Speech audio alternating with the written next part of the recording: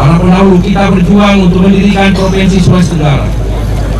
Perjuangan yang dilakukan saat itu tentu penuh dengan berbagai tantangan, keterbatasan, seperti terbatasnya sarana transportasi, alat komunikasi, sumber daya manusia, serta anggaran. Terbayang betapa sulitnya kondisi saat itu. Namun demikian tidak menyurutkan niat mereka untuk mewujudkan Sulawesi Tenggara yang otonom.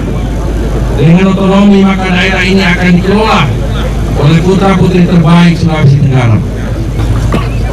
Bagi suatu kesatuan komunitas, maka masyarakat Sulawesi Tenggara yang terdiri dari beberapa suku yang menjamah wilayah ini juga memiliki falsafah dan kearifan dalam menjalani kehidupan ini.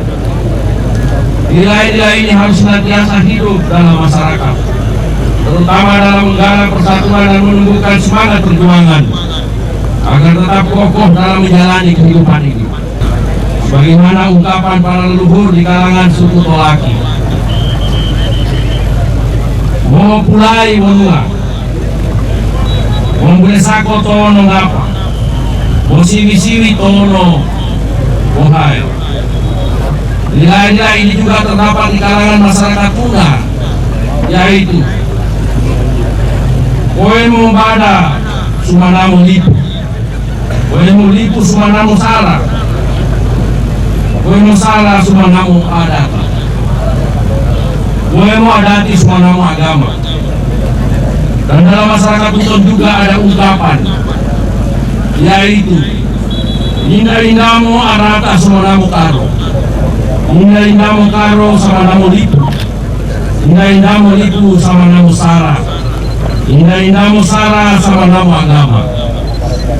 Substansi dari ketiga ungkapan tersebut di dalam kehidupan masyarakat Sulawesi Tenggara adalah rela berkorban untuk kepentingan yang lebih besar dan bersifat hakiki dalam menggalang persatuan.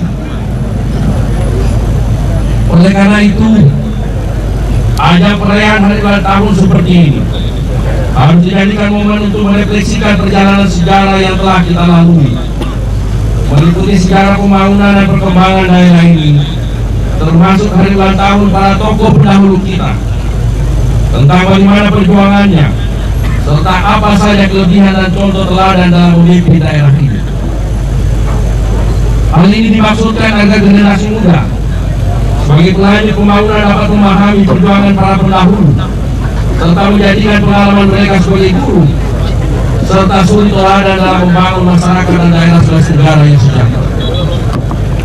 Hadirin yang saya hormati, dalam 51 perjalanan pemerintahan di Sulawesi Tenggara, telah 8 kali terjadi penggantian kepemimpinan, yaitu Jewayong periode tahun 1964-1965, Laude Hadi periode 1965-1966, Brigadir Jenderal Edi Sabara periode 1966-1978, Dr. Anus Abdullah Silondai periode tahun 1998-1982, Insinyur Haji Alala periode tahun 1982-1992, Dr. Anus Haji Laude Kaimuddin periode tahun 1992-2003, Ahli Masih Sarjana Hukum periode 2003-2008, Nur Alam dan Salila Sata periode 2008 hingga sekarang. Dan insya Allah untuk direnungkan semuanya, tinggal 2 gubernur yang masih hidup, mudah-mudahan tidak lebih cepat dipanggil Allah Subhanahu wa Ta'ala. Bagi gubernur, saya ingin mewariskan sisi pemerintahan yang baik dengan perangkat dan sumber daya manusia yang mumpuni kepada pelanjut saya untuk lebih ditingkatkan di masa-masa yang akan datang.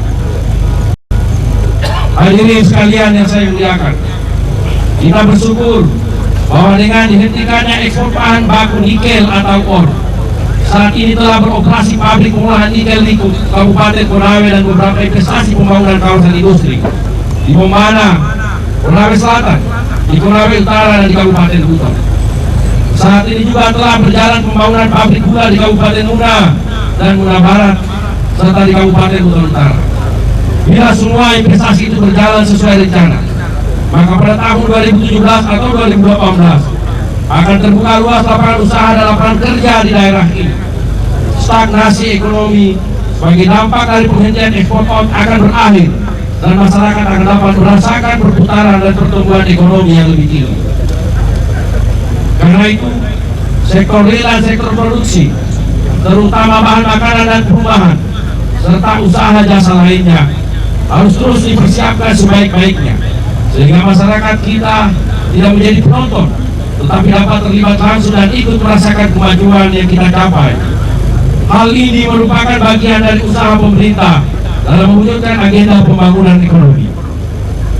Pemerintah Sulawesi Tenggara juga terus mengembangkan dan memantapkan pembangunan budaya daerah melalui pengembangan desain, pameran, dan peragaan busana. Selain itu juga terus mengembangkan kerajinan masyarakat seperti tenunan anyaman, kerajinan emas dan perak, serta kegiatan ekonomi kreatif lainnya. Pengembangan seni budaya dengan berbagai atraksi di tingkat daerah, regional dan nasional juga terus ditingkatkan melalui event Halo Sultra, Gemilau Sulawesi, dan event nasional lainnya dalam rangka memperkenalkan budaya Sulawesi Tenggara secara lebih luas. Kekayaan alam yang ada seperti jasa lingkungan yang terbesar, mulai dari pegunungan hingga ke dasar laut, juga terus dikembangkan. Ada negeri di atas awan di Kabaena, Kabupaten Bombana, surga di bawah laut di Wakatobi, dan Pulau Bokori dengan pasir putih yang indah di Konawe. Potensi keindahan alam seperti itu juga terdapat di hampir seluruh wilayah Sulawesi Tenggara. Semua ini harus dikembangkan untuk mensejahterakan masyarakat Sulawesi Tenggara. Dalam rangka mendukung pelayanan dasar dan mendorong percepatan pembangunan ekonomi, maka pemerintah juga terus mengembangkan dan meningkatkan infrastruktur atau pembangunan jalan dan jembatan, bandara, dan pelabuhan. Saat ini jaringan jalan provinsi dan jalan nasional dalam kondisi mantap sepanjang 1.686 km atau 74% dari total jalan sepanjang 2.303 km. Dengan ketersediaan anggaran pembangunan yang berasal dari APBD maupun APBN, maka akan terus bertambah kondisi jalan yang mantap dalam tahun-tahun mendatang.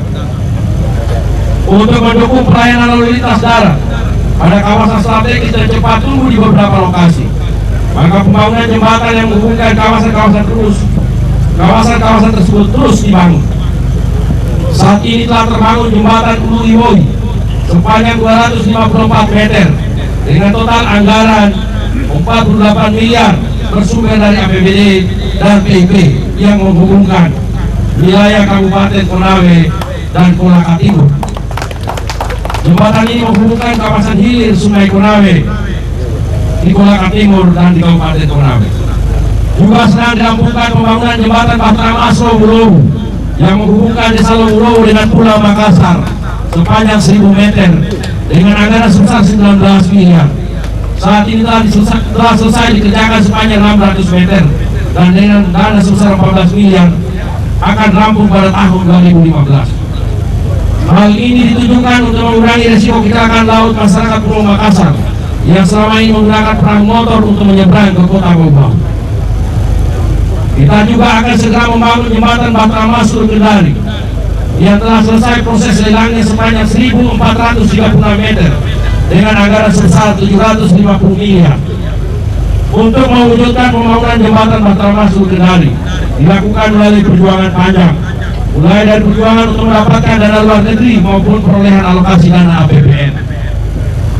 Karena itu saya himbau kepada semua pihak untuk memberikan dukungan, sebab proyek ini akan menjadi salah satu ikon proyek raksasa yang ada di Sulawesi Tenggara. Pemerintah Sulawesi Tenggara juga terus memperjuangkan pembangunan jembatan Selat Baruta yang menghubungkan Pulau Buton dan Pulau Muna sepanjang 1.000 meter dengan ketinggian 50 meter, dan ini pun telah masuk dalam RPJMN Kementerian Bappenas Republik Indonesia. Diharapkan dalam tahun ini akan segera selesai penyusunan dokumen detail engineer-nya. Perlu diketahui bahwa pembangunan jembatan Selat Baruta telah masuk dalam program strategis nasional RPJMN tahun 2014-2019.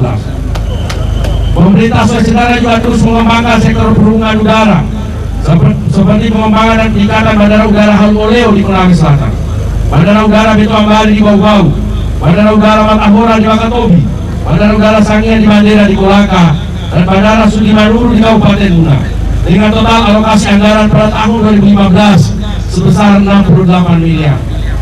Khusus untuk kegiatan overlay runway Bandara Harwoleo dialokasikan anggaran sebesar 48 miliar tahun ini. Sebagai konsekuensi dari Provinsi Sulawesi Tenggara yang bercirikan kepulauan dengan 651 buah pulau, maka infrastruktur perhubungan laut menjadi salah satu prioritas penting. Sebagaimana diketahui bahwa dengan terbangunnya jembatan Teluk Kendari, maka kegiatan bongkar muat di Pelabuhan Nusantara Kendari akan dialihkan ke Pelabuhan Bungku Toko. Dan dengan demikian, maka dalam tahun ini Pelabuhan Bungku Toko akan berfungsi untuk melayani aktivitas bongkar muat barang. Pemerintah juga terus mengembangkan Pelabuhan Murhum di Bau-Bau, Pelabuhan Kulaka, Pelabuhan Mulawe di Kulaka Utara, Pelabuhan Lakara di Mulawe Selatan, Pelabuhan Eneke di Buton Utara, Pelabuhan Kaledupa di Wakatobi, Pelabuhan Adabungi di Pasar Bajo, Kabupaten Buton, Pelabuhan Batu Atas di Buton Selatan, dan Pelabuhan Sikeli di Kabaena, Kabupaten Bupati. Dalam rangka mempersatukan pulau-pulau di wilayah Sulawesi Tenggara, maka telah dibangun juga pelabuhan penyeberangan yang menghubungkan Dasila Sulawesi Tenggara dengan wilayah kepulauan seperti Pulau Muna, Buton, Wakatobi, Konawe Kepulauan, bahkan antar provinsi seperti Tondasi, Kabupaten Muna, Sikeli di Kabupaten Bombana, Bulukumba di Sulawesi Selatan. Total anggaran yang dialokasikan untuk pembangunan infrastruktur perhubungan laut sebesar 800 miliar yang bersumber dari APBN, APBNP dan APBD pemerintah provinsi. Total alokasi anggaran pembangunan infrastruktur tahun ini melalui APBD, APBN dan APBNP untuk keseluruhan sektor pembangunan dalam tahun 2015 adalah 2,35 triliun secara keseluruhan dialokasikan untuk pembangunan infrastruktur. Semua ini merupakan komitmen pemerintah Provinsi Sulawesi Tenggara untuk mewujudkan peningkatan kesejahteraan masyarakat, kemandirian dan daya saing wilayah. Hadirin yang berbahagia, berbagai upaya pembangunan yang dikerjakan melalui pembiayaan pemerintah pusat, pemerintah provinsi dan pemerintah kabupaten kota merupakan usaha bersama dalam mendorong percepatan pembangunan dan peningkatan kesejahteraan masyarakat Sulawesi Tenggara.